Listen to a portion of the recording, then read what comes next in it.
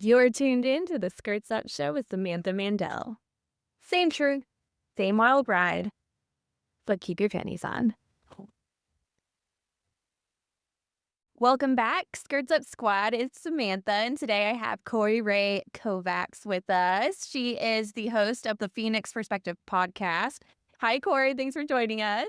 Hey, Samantha. Happy to be here. So it's really funny how we kind of met.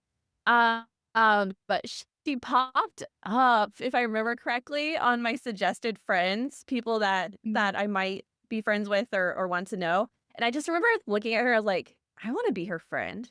I need her in my life. And then I started stalking her and I was like, oh, she's funny. I like her. And I literally think I just sent you a message and I was like, You can we did. be friends? Yeah, it was so funny. I love messages like that because it's I'm always very open to the universe to bring in the people.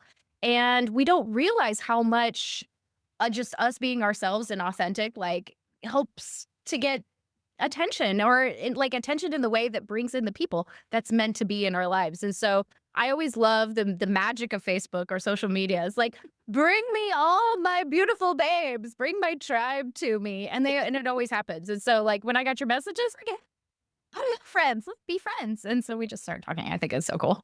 I was like, man, okay, now I'm at the cool lunch table. I like it. Yeah.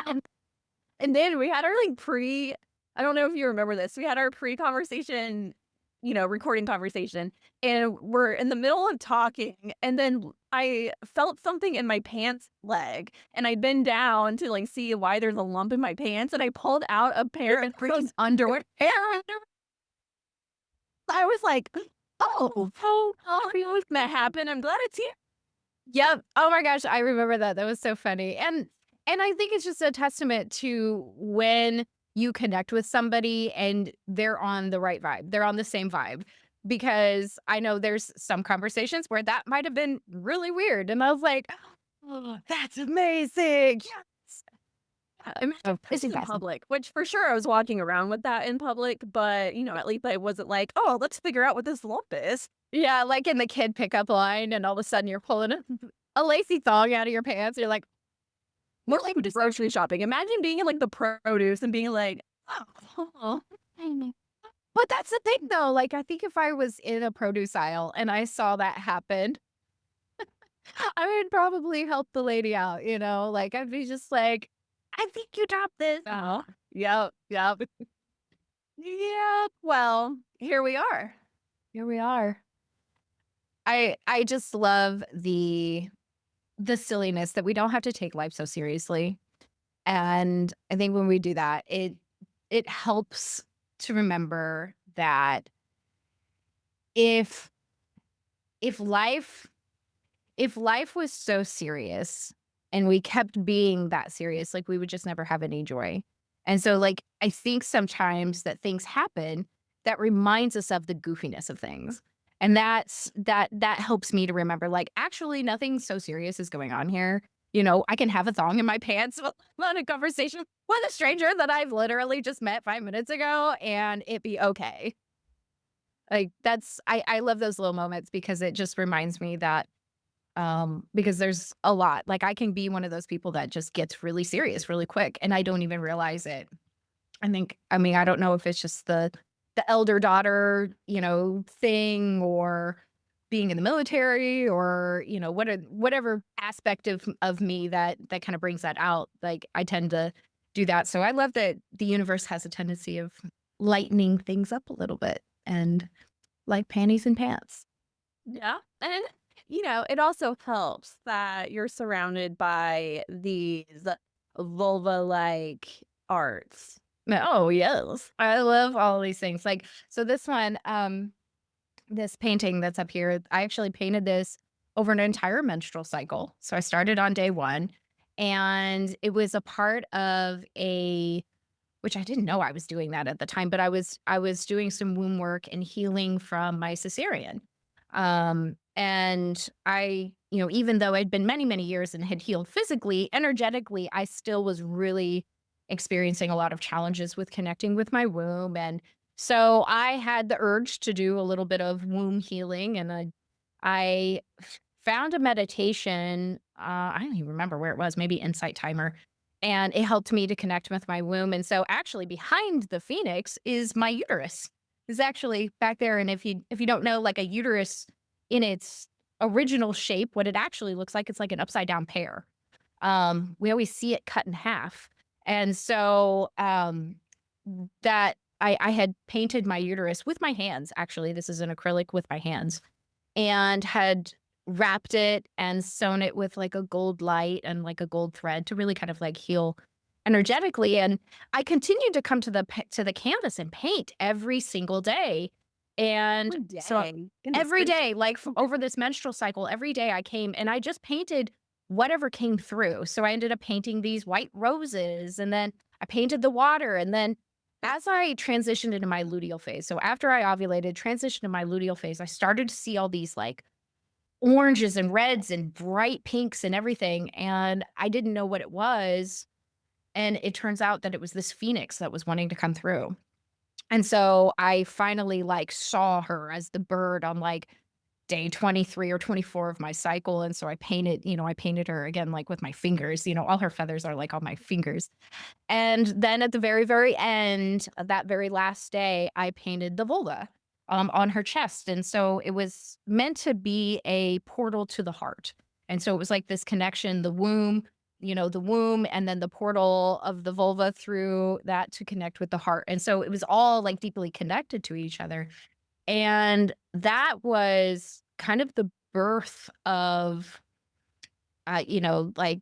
couple months later, I started a business where I was helping women reconnect with their wombs and start cycle tracking, and then founded Red Tent Society at that point, and then a couple years later, I have my podcast. I mean, it's just like it's amazing, and that so this painting always like I have this painting around me always because I always feel like she's kind of giving me codes and just reminding me of our cyclical nature, the birth, life, death, rebirth cycle, and also that our creativity, our pleasure, and everything all is, comes from our wombs, from our pleasure, from our joy, and so she's a whole lot of things all wrapped in one. But she's kind of cool. I love doing art. I love doing like channeled art, and that's just one of my pieces. And so, thank you for letting me talk about it. No, thank you for sharing that. And as you're talking, I I feel like I asked you this already, but so each day you're going and you're painting, Mhm. and then you just said that the last day is when kind of the vulva part like came in. But Yeah. so did you walk up that day, put your hands on the canvas, and then just go, "This is gonna be a vulva," or was it like you were painting, painting, and by the time you stepped away, you were like, "Oh, that kind of looks like a vulva." No, that's really, really a great question. So the way my I'm very clairvoyant, like I'm very, very image driven in terms of my gifts. And so sometimes when I'm painting, I see the images before I put paint on. And so I will spend time meditating or doing like some somatic dancing or ecstatic movement. And then I come to the canvas and I open myself up to whatever's, coming. Sometimes I have plans for the things that I paint, but when I create my mandalas, when I create a lot of these paintings, I don't know what I'm painting until I'm there. And so, like, I didn't know there was gonna be a vulva on there. I didn't, when I actually took pictures, like, every day of the progression, and so you'll see, like, it was just her chest. It was just, feathers or whatever that was right there, and so there's multiple to multiple layers on this canvas, and, which is a technique I learned from Whitney Freya. She's an artist, a spiritual artist. I'm not sure if you're familiar with her work, but I learned a lot of those techniques from her. And so I just open myself every time I come to the thing. So nope, I had no idea there was going to be a vulva. I had no idea there was going to be a phoenix. I had no idea I was going to paint the roses red. That didn't happen until my luteal phase too, which was also a representation of rebellion, of change, of understanding that we don't have to do the same thing all the time or the way that the world expects us to. And so, yeah, there's just lots of things, but that's how that process works for me. Sometimes I don't know until I know. Yeah. And that's just life. Yeah. Yeah. I mean, geez, yeah. Like we literally don't know until we're there. how things are gonna work or where we're going half the time. And I think sometimes that sucks because we think that we should. We think that we should know. And then we get down on ourselves, like whether we're starting a business or a new creative venture or a podcast or whatever, like we think we should know the end before we even start. And but that's Hell, not even further to graduating high school, you think you're supposed to know. all of it, right? Like being a mom, like I mean, a relationship, like literally it could apply to everything. And somehow we think that that's how we're supposed to do it, but it's not. Like life is revealed as you live it. And I think the more that I do things like painting or a podcast or, it just a reminder for the real, for the other aspects of my life that, hey, we don't have to know the entire story or the entire path until we're there and we're walking it. And that takes a lot of pressure off. Yeah. That's something that I hope people as young people as they're graduating high school or going into college and just like becoming an adult, I think like I hope that it starts becoming normal to just go with the flow and not have to have a plan and like there to be an expectation of there being a plan because I think that that's why the 20s tend to be so hard and so kind of depressing and repressive. Yeah. Yeah. Yeah. I mean, I don't would did you go to college after school? Hell nah. Yeah. I had a baby while I was in high Okay. school, so Okay, yeah. So there's like all these paths that we take, right? And there's like the college path, the work, the path, the the mom path, and I took a military path, which was um interesting in and of itself, but it's we spend that whole time in our 20s thinking that we should have everything figured out. And maybe, things do turn out differently. See, I thought I was going to be on the mom path. That was, my family. My mom was young when she had me. And I thought, like, I was engaged to my high school sweetheart and I thought we were getting married and having babies. And then I broke up with him and joined the military and went to another country during a war. So I'm like, I mean, life turned out differently, and it's one of those things that when we open ourselves to that and to those possibilities, that it does you can reveal these beautiful things that you never knew that you could, Mhm. through that experience is really where you find, I think where you find yourself for sure. Yeah. Yeah. When you were growing up, like your childhood life, were they open to the kind of woo-woo lifestyle that you have now? Oh no, girlfriend. I grew up in the hellfire and brimstone, basically cult church of like what you would consider like evangelical, you know, earth is 6,000 years old, rapture's happening any day, and if you commit a sin, you're going and burning in the lake of fire Mm. for the rest of your life. That's how I grew up. And it was terrifying. It was Yeah. absolutely terrifying. I mean, I was even just like talking about this the other day with with a friend of mine about how my nervous system was literally attuned to be terrified for my life all the time. Even though I wasn't in my parents weren't physically abusive. Um, we had challenges in our home, sure, but just growing up in that kind of environment was very scary. And it took when I but I asked a lot of questions and the grown-ups didn't like it. They didn't like the questions I asked. And so when I graduated high school, I basically gave God the middle finger and I just went on my own and did my own thing. Because basically I thought sex was too great.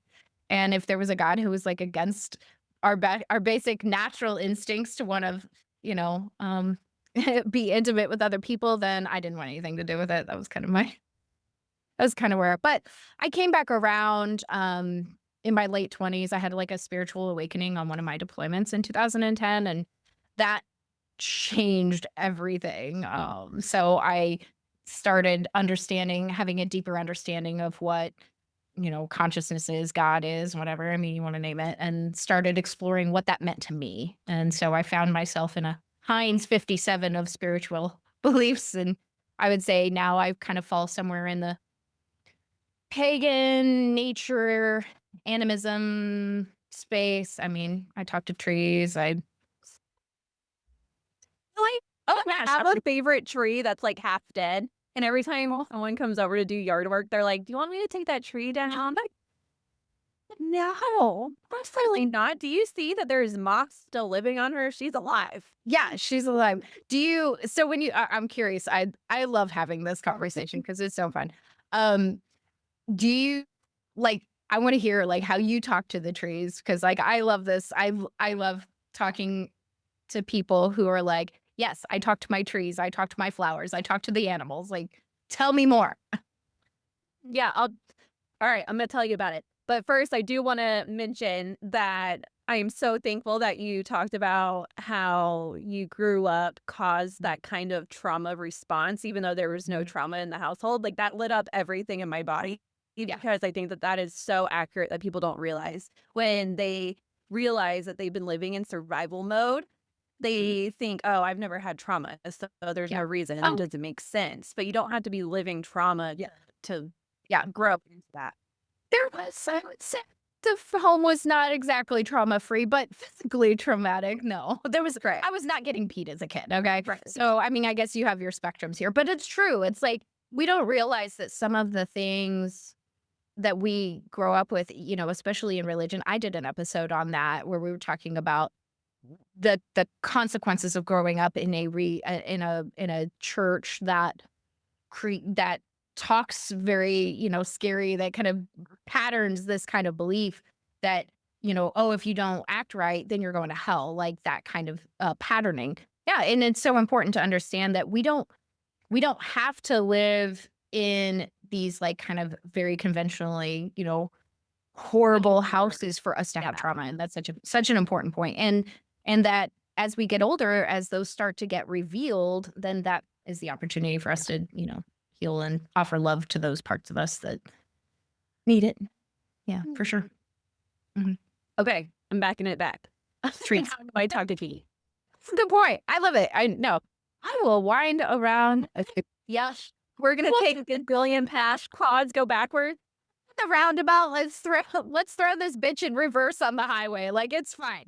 I'm glad. I'm glad you're here with me on this. Okay. So I don't know if you can classify it as actually talking to like trees and stuff, but like, so like I like to walk up to her and I just like, it's like this feeling. I don't know. I don't verbally talk, but it's like these feelings and like emotions and then like, the goosebumps. And then it's like just taking that moment and take notice on all the different parts of her. And then, you know, taking something from that Yeah. for myself, and that sounds really odd. But, and then same with, like, birds or, like, animals that I see, like, it's like there's, like, that moment where you just kinda stop and you're, like, looking at each other, and it's like, "What are you trying to tell me?" And then you Yeah. just sit there and you have this, like, moment with it. Hmm. No, I mean connecting energetically with other energetic beings is I mean, it's also a communication. Like we didn't there is so much communication that happens through body language, through, emoting with our faces. Like I don't remember what the statistic is, but it's like 80-90% of our communication is nonverbal.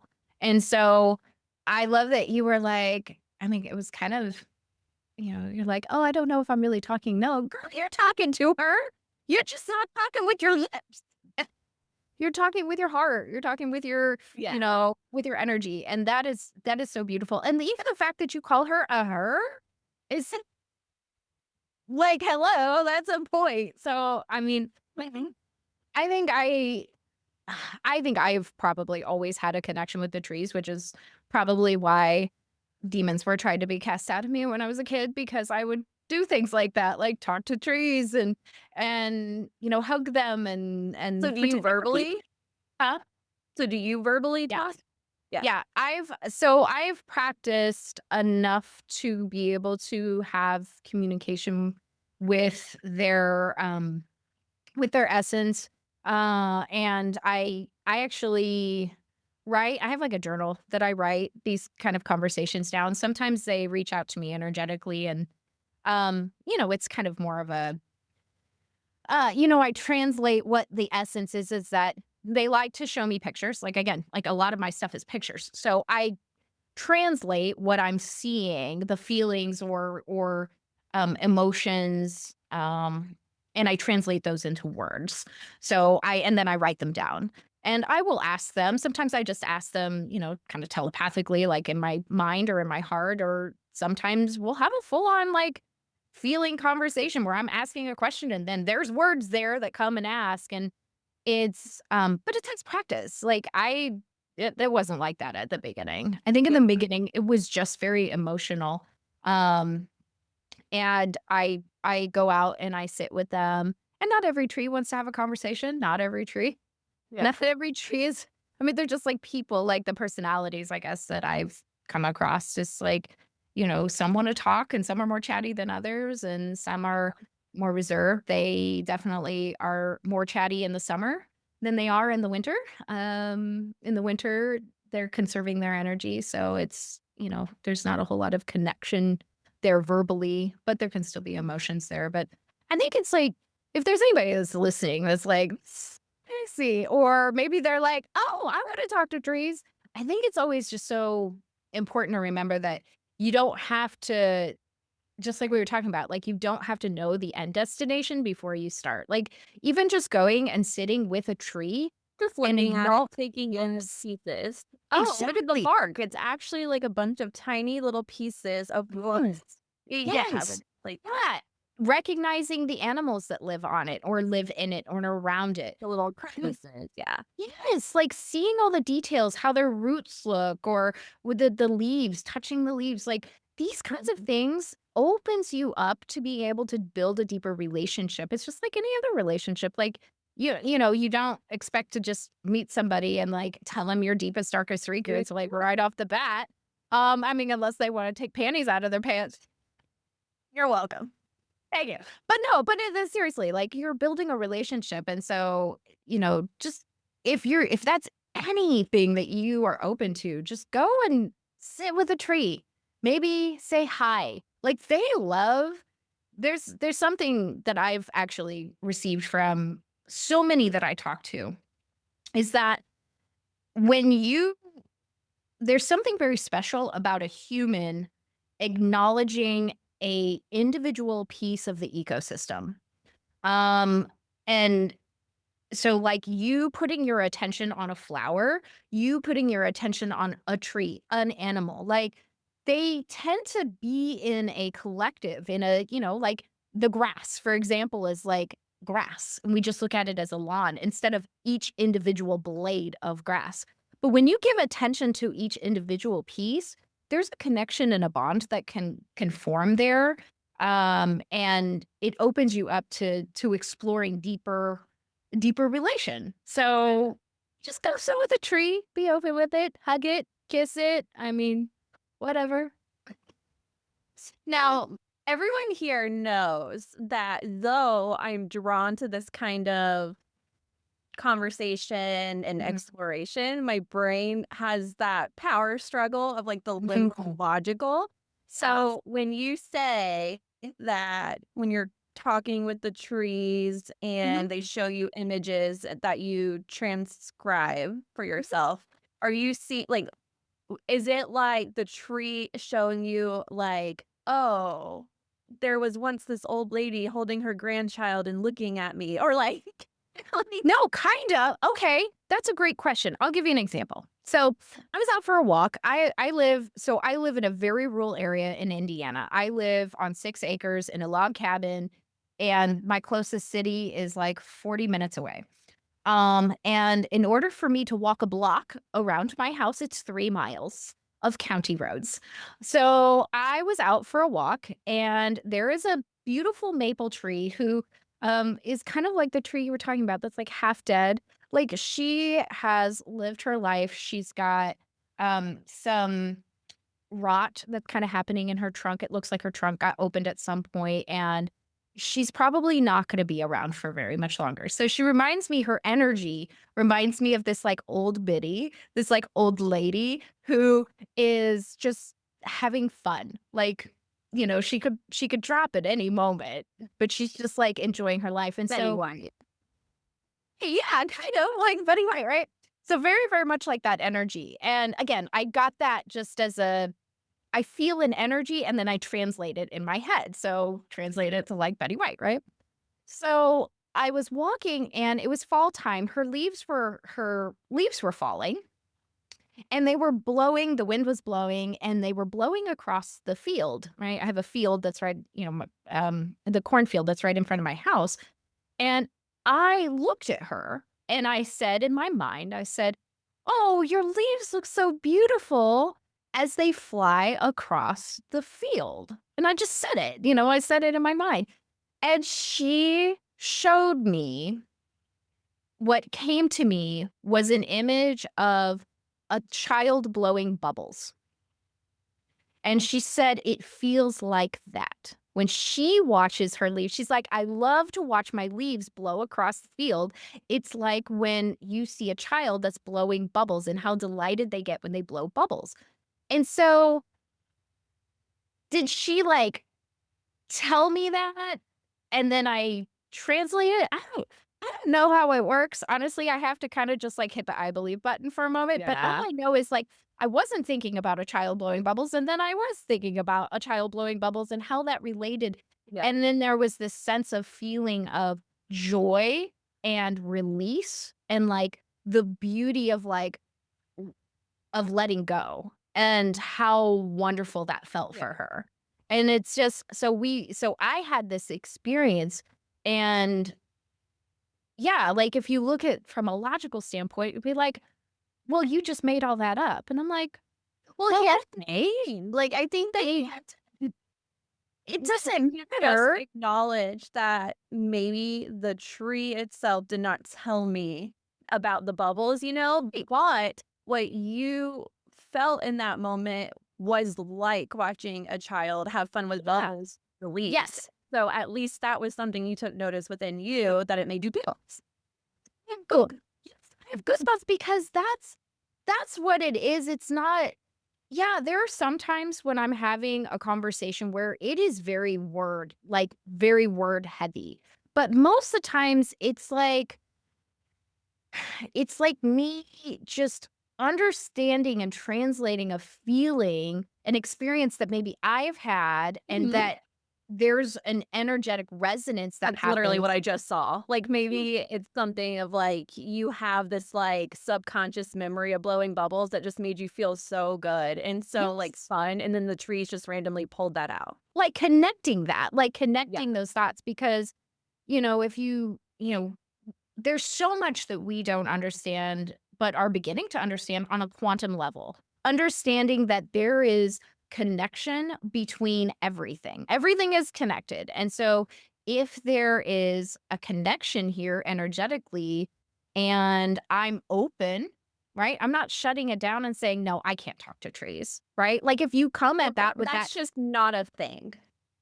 or that's just not a thing. Yeah, exactly. If you come at it with that energy, then you're not. That shuts down that possibility for you. And that's fine. Not everybody is going to be I get that. But for me, when I opened myself up to say, maybe there's other things I can communicate with here besides for people, and what would that look like? The curiosity, Ooh. and that has opened me up to a vast I can't even say I would be sitting here talking for days about Yeah. all of the incredible, miraculous, beautiful moments I have had in my life since I opened myself up to the possibility that maybe it's not all logical. Yeah. Maybe it doesn't have to make sense in order for us to live it. Like, Yeah.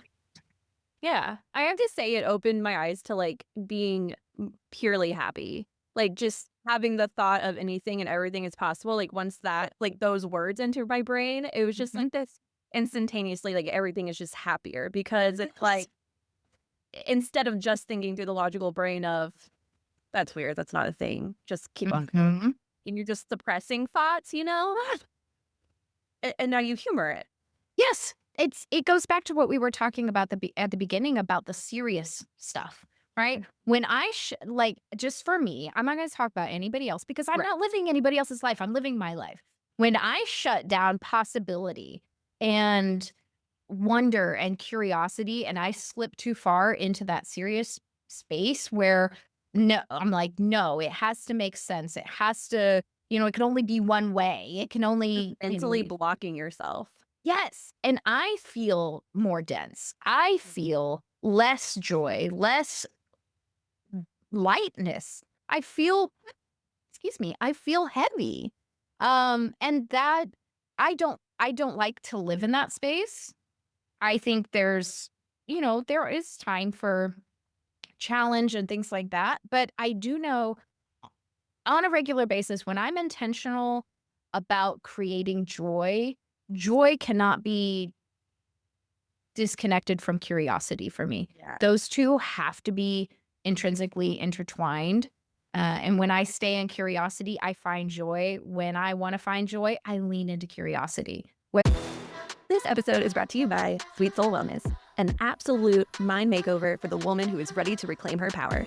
If you are tired of just coping with stress and you want that inner flame fueled back to life, you can do it in just one session. No endless talk therapy, just fast, permanent transformation. Because I'm a little biased and I want you to experience the shift for yourself, I am giving you a free, personalized audio recording to try before you commit.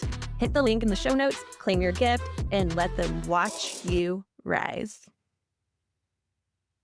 Whether I'm in a relationship or I'm outside in nature or I'm curious about myself. Like, it's what it's about too, because I think if we shut down the external world, we're also shutting down so many things inside internally as well. And that creates heaviness in our own hearts and quite frankly becomes a breeding ground for self-criticism. And And I'm so not much about that more. anymore. I don't know what you remember or have seen about, like, my own story, but through the intense, like, someone telling me, like, their point of view and just knowing automatically in my brain, like, "Yeah, okay." And then, just, like, living that kind of, like, stone wall life. Mhm. Um, and like we said earlier, like, that sense of survival mode that you don't know that you're living in for so long, it led to a physical limitation where I started having seizures that Right. were functional, so, not caused by anything medical. It was caused by that just wall of constantly rejecting anything and Mhm. everything that is being brought to you, and that's just that can be a consequence of not allowing yourself to be more open and curious. Mhm. Ooh, you bring up such a good point, and something that I talk about a lot on my show is about the connection to our bodies and our internal world experiences. So whether we're talking emotionally, mentally, spiritually, right? Like as a nurse and as someone who's like connects with the body, also communicates with body, whether it's my body or other parts of bodies, things, that's a whole nother story.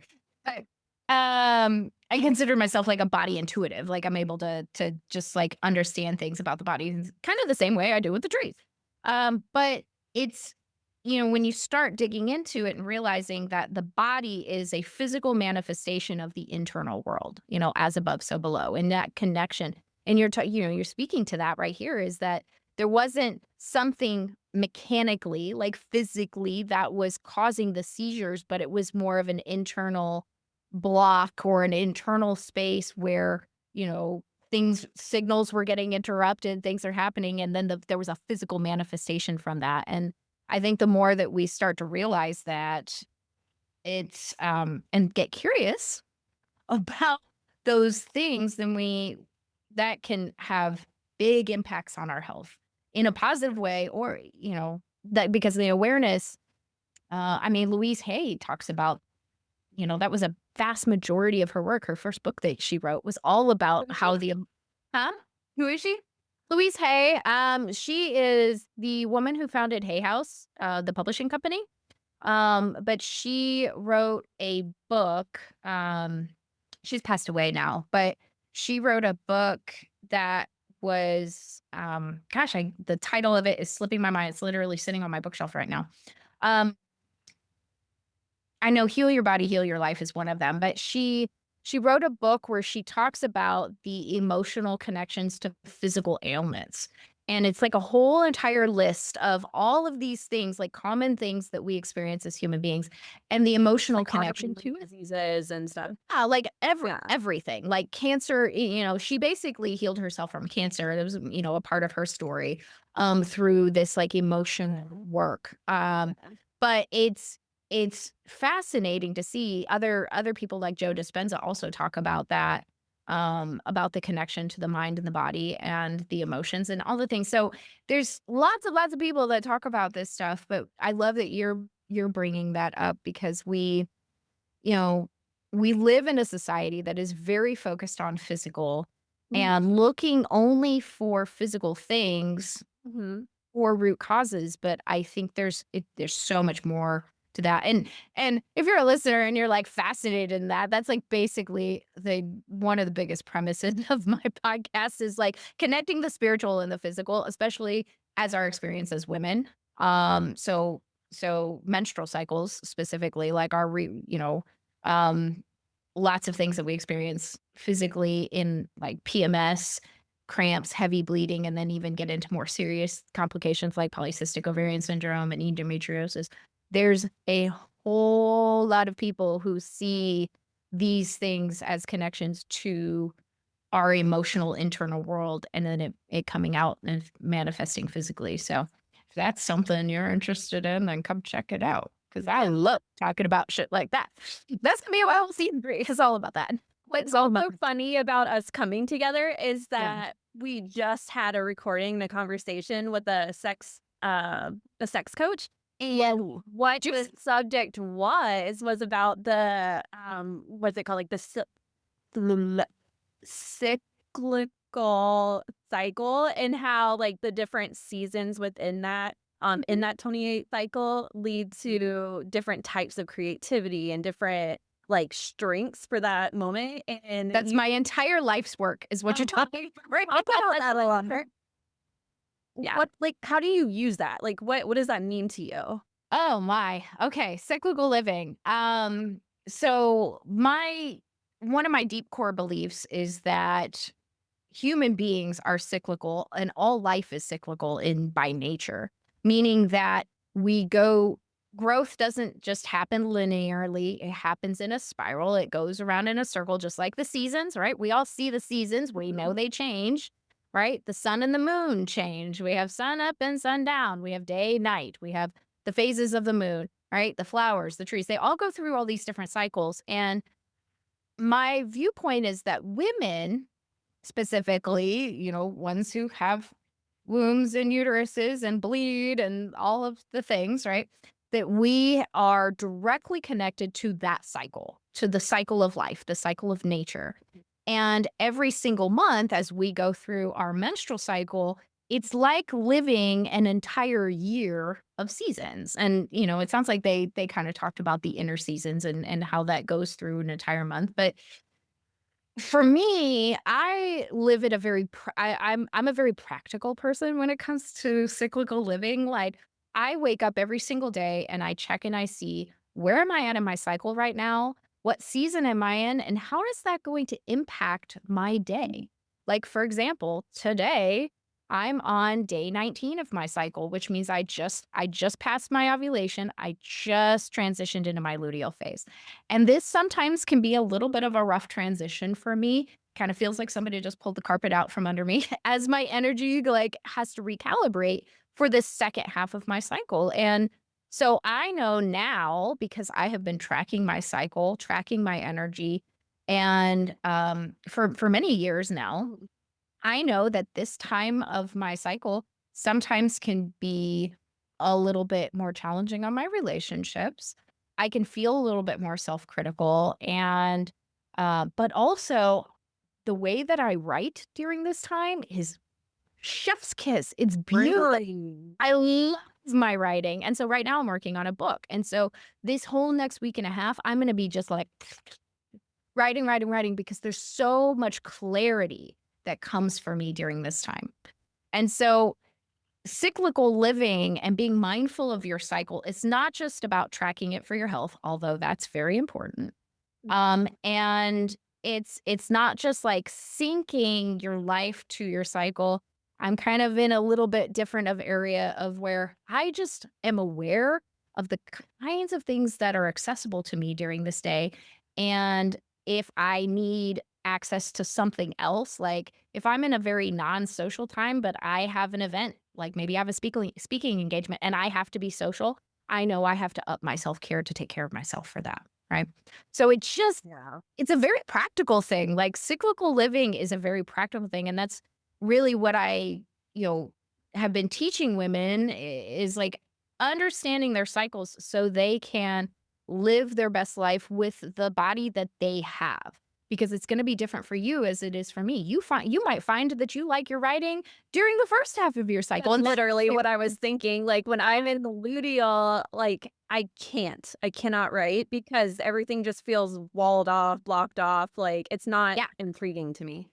yeah, and so for you, now you know that about yourself, so you get to adjust and do the things, and if there is something that you do need to show up for, maybe you do need to write, maybe there's a due date or something, then you know that you can approach it with curiosity, say, "Well, what is there for me to explore here, and how can I care for myself if I need to step into this role, that isn't exactly my wheelhouse?"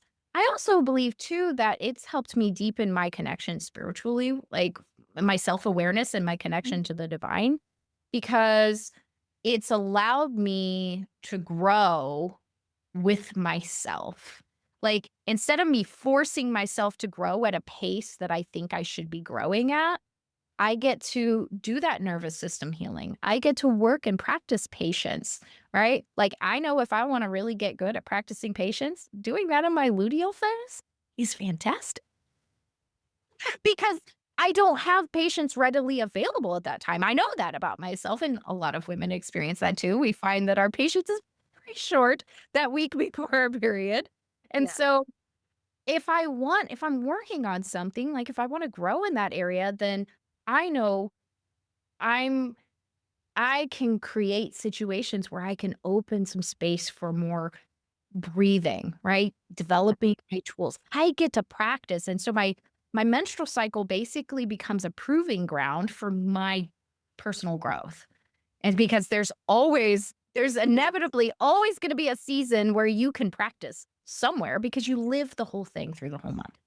Yeah, an interesting way to put that because it makes me think of DJ, a past guest that we had on, where he says that, growth is anything and everything as long as you document it to show like, "Oh, I was here, but now I'm here and I can say that I'm here Yep. because I literally documented it."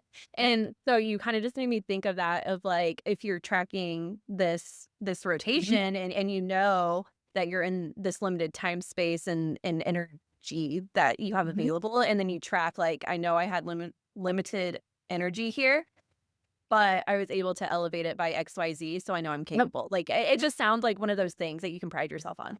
Absolutely. I don't have one sitting here, but there's a journal that I use called Cycles Journal, and I promote this book. Like, I talk about this book almost every cycle or every season or every episode of my podcast because it literally changed my life. Like, somebody had recommended it to me, and, I started using it back in 2022, and I now have years of journaling of myself, of documenting all of these things that I've been practicing. And so I can look back and I can see from when I very first started, not only can I see how much more bliss days I have, like happy days, calm days, less anxiety days, but also my cycles got better. Like I Mhm. stopped having cramps. Y'all, I have polycystic ovarian syndrome. I have some fucking shitty No, how periods, okay, that were irregular and they were painful and they would shut me down. And ever since I started doing this work, I didn't know that's what was gonna happen. But I'm 41 years old. I have better cycles now than I did in my 20s. I had to get help to get pregnant. If I wanted to, I wouldn't need that anymore. I ovulate every single month. I have a 28, 29 day cycle. Like, y'all, that was like a consequence of me just paying attention and then caring for myself and using this, what I kind of consider a technology of sorts, of my own body's rhythms, using that for me to live my best life and to shape my self-care, to help me grow, to help me work on the things that I wanted to work on, like being more patient with my kid or being more bold and going after my dreams and those things. Like, this kind of work has helped me do that. So this isn't just, it's not just cycle tracking, it's not just even cycle syncing. It is literally uncovering the blueprint for you. Mhm. And that's what I'm doing. Like, that, I think that's a part of my life's work. And so I help women do that, and just learning how to track, and that documenting, like what you're saying, is huge, because if you don't document it, you don't know what you're working on. Yeah. You can't see the growth because we forget. Yeah. Yeah. And So okay, again, my literal brain. When like, how do you think it correlates from having the polycystic, like, polycystic ovarian n syndrome. Mhm. having that physically, like, how do you think that correlated to needing to get more in tune with your body? So that was revealed very early on. I would say probably within the first year.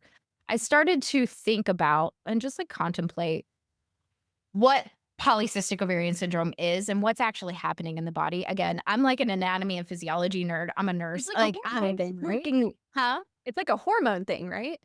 Yes, but I mean, it's it affects your reproductive system. An easy way to say it, it's like basically diabetes of the ovaries. It's a metabolic condition that drives um your reproductive system, and basically it's with insulin resistance and an over abundance of testosterone. Basically, you have, ovaries that don't want to ovulate, you have trouble getting losing weight, and you have acne or hair problems, those kind of things. So it's a multi-system challenge. But as I was sitting here, like contemplating what happens with a body who doesn't want to ovulate, which is Mhm. very contrary, right? Like, our bodies want to ovulate because that's how we perpetuate the species. Like, Yeah. it will prioritize reproduction only just under survival, right? Yeah. We'll shut down reproduction if it needs to survive. But other than that, that's what our bodies are going to do, whether you actually want to have a kid or not. So I was like, well, if I have a body that doesn't want to ovulate, why is that? And I Mhm. started thinking about it. And I realized that as a kid, there was kind of two aspects of me that came forward, right? There was the very bubbly, happy, outgoing, um, playful person, right? Kid that grown-ups tend to really love. They really loved that I could talk well. They loved that my shining personality and all these things, right? And so I would get a lot of attention for that, right? But then was the other part that was kind of bossy, that was very opinionated, that would tell it like it is, would ask questions, and the adults did not like that. They did not like when I asked questions, right? I had kind of already alluded to that. Yeah. They didn't like when I questioned what was the status quo, and that I was very clear about it and was very strong with my words, very direct with my words. Yeah. They didn't like that. And so what happened is, as I grew up, like, it kind of showed up like that in my cycle. The first half of my cycle, I would be very bubbly, right? Very outgoing, like lovey-dovey-dovey. And then the second half of my cycle, I would be more clear, more direct, more leadership focused, more quit fucking around, let's get shit done mode. And people didn't like that part, but they Yeah. liked this part. So I wanted to stay here and do everything I could to stay in that space. So I believe you were kind of talking about your, the emotional stuff of your seizures and stuff. Well, this was a physical manifestation of something that was happening energetically within me. I saw that people liked this part of me but didn't like that part of me, so I wanted to stay here. And so I lived a majority of my life in that maiden energy and not ovulating to get over to that other side, or I did it as minimally as possible. Once I started tracking my cycle and became aware of these patterns and allowed and gave myself permission to be all of me, and started integrating that throughout the entire cycle instead of separating them out, my cycles got better. Like, Mhm. I didn't intend to do that. It just I can look back and I can see what I was writing and the things that were being revealed, and then I can see it in my cycle. Now, there were other things I was doing too. I was taking better care of myself. I was eating better. I was working out. Like, there was all of these things because I realized I needed to do that. But the energetic component, I believe, was a very strong part of this for me. That even if I had eaten, because I'd done that in the past and Yeah. it didn't ever stick. So now that I was taking care of myself and revealing these other pieces, things changed. So So again, is it literally and logically like makes sense? Maybe, maybe not, but you documented and what you documented, this is the truth. yeah, that's my truth. It's just that's what happened. I tracked, I can see how things started to change. And it wasn't overnight. It took a couple of years for me to get to this place. But I don't, so many people struggle to make lifestyle changes. So many people struggle to lose weight or to care for themselves or be consistent. And I found that I was able to care for my body through devotional self practice. And a part of that devotion is me coming to my body and saying, "You are a cyclical body. You bleed. You have times of challenge and times of growth. I want to understand you." And through that curiosity and understanding, it opened up a door for me to take very good care of myself, to set good boundaries, to explore my joy, my pleasure, my creativity, to improve my relationships. And so, was it just the woo woo stuff? No, I'm definitely never gonna deny that. Again, I'm a science and soul lady. Like, I did things that made me feel better. And also, I also know too that it wasn't just that, because there was another piece that was very different than the first time I had gone through all of that. And I believe that without the uncovering of the deeper things, I would not have fully realized, like self-realized this space of living that I am, this level of joy, vibrancy, and health that I have found in my 40s as I'm approaching perimenopause. So, I enjoy and love this conversation. And it's been a while since having a conversation where just like the whole hour or whatever, like my body is just constantly flowing with freaking mhm. goosebumps. Yeah. I know, mine too. I've been sitting here and I'm like, "Man, this shit's good." Like, that's the thing though. It's like sometimes these things, I think when we just let things flow, Uh-huh. that's what comes through, and what was meant to come through comes through. And that's Yeah. I'm all about that. And it's so funny because everyone knows that I'm more of a planner and like need to know like what's happening. And the first thing we started saying when we got onto the call before we hit recording was, I don't know what we're talking about because neither of us could dream it. There's just random words. And we were like, well, I guess we're just gonna talk. We're just gonna talk and let it go. And sometimes we do like trusting, right? Trusting the path. We don't know where the destination is, but we're gonna trust that this is gonna come through as we are. And sometimes there's some beautiful places there, and I get that, like, sometimes we can overplan things, and then it also blocks off the curiosities and wonders and the little adventures we can find, the That's a great world's reminder. largest hot dog that when you're driving that you get to see than if you were so regimented that you might have missed, so it's fun, it's cool. The great reminder for me. Thank you.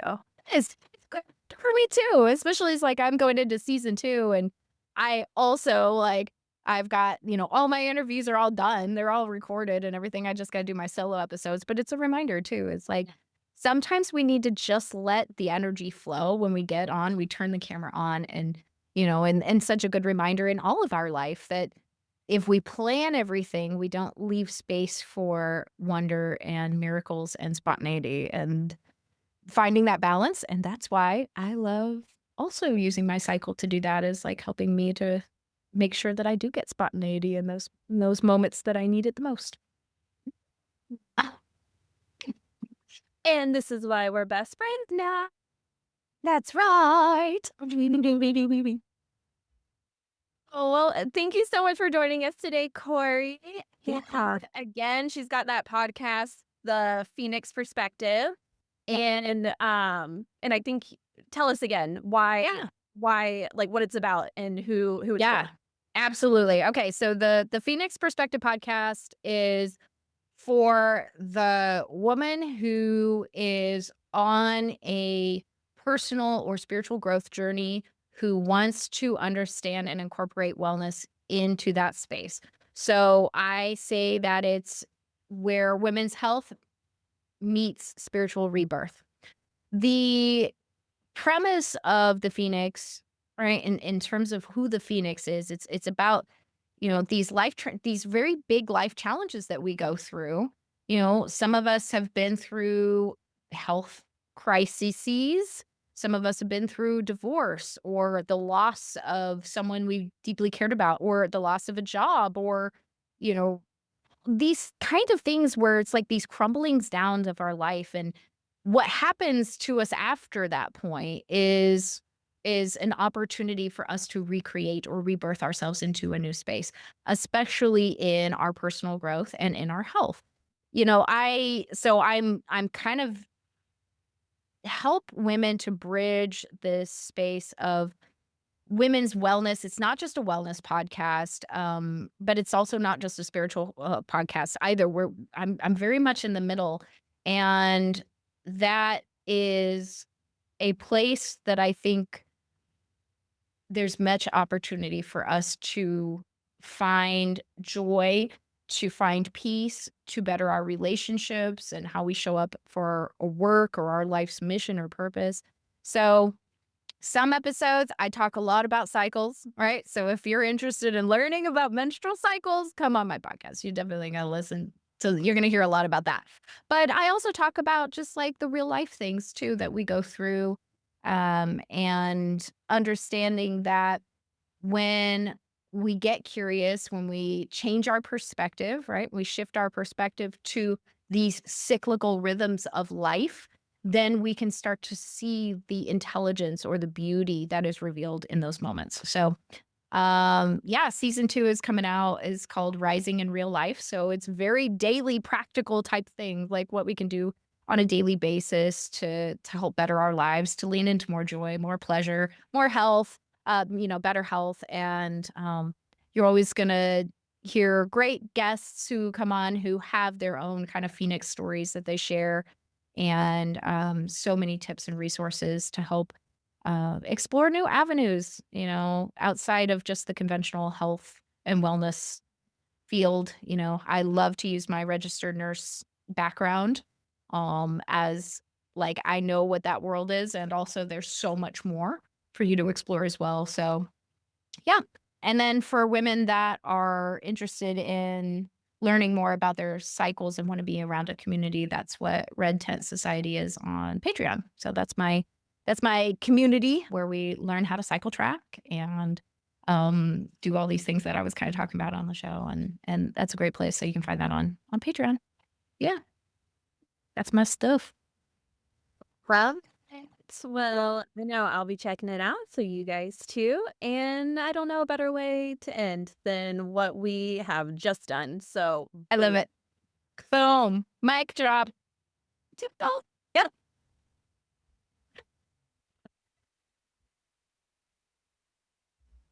Did you like the episode that you heard today? Great. Share it with a friend and don't forget to rate and review.